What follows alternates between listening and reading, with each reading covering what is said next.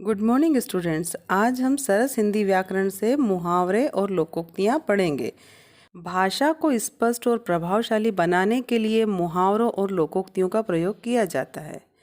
जो बात सीधे शब्दों से कही जाने पर कहने वाले का भाव पूरा पूरा प्रकट नहीं करती, वही बात मुहावरे और लोकोक्तियों का प्रयोग करके सुचारू रूप से प्रकट की जा सकती हैं। मुहावरा मुहावरा एक वाक्यांश है जो साधारण अर्थ का बोध न करवाकर किसी विशेष अर्थ का बोध करवाता है। मुहावरे के अंत में प्रायः किसी क्रिया का सामान्य रूप लगा होता है। आइए अब हम देखें कि मुहावरों के प्रयोग से भाषा में सरलता, सौंदर्य, सरसता, स्वाभाविकता कैसे आती है। सरल वाक्य: युद्ध में सेना ने शत्रुओं को नष्ट कर दिया।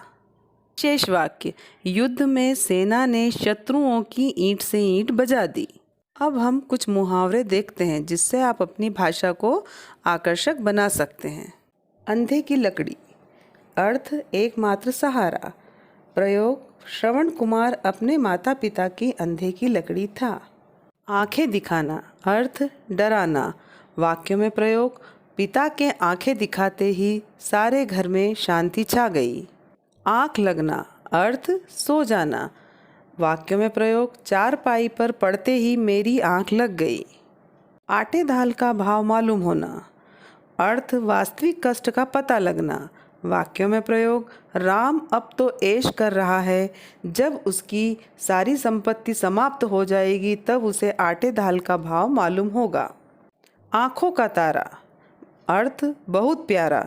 वाक्य में प्रयोग: कृष्ण अपनी माँ की आँखों का तारा है। आकाश पाताल एक करना। अर्थ बहुत प्रयत्न करना। वाक्य में प्रयोग: पुलिस ने आतंकवादियों का पता लगाने के लिए आकाश पाताल एक कर दिया। आसमान सिर पर उठाना। अर्थ बहुत शोर मचाना। वाक्य में प्रयोग: अध्यापक के कक्षा में न आने पर बच्चों ने आसमान सिर पर उठा लिया। ईद का चांद होना। अर्थ बहुत देर बाद दिखाई देना। वाक्यों में प्रयोग: तुम तो ईद का चांद हो गए हो, कभी मिले ही नहीं। उंगली उठाना। अर्थ दोष लगाना। वाक्यों में प्रयोग: राम शरण जैसे ईमानदार अफसर पर कोई उंगली नहीं उठा सकता। कोल्हू का बैल। अर्थ दिन रात काम करने वाला।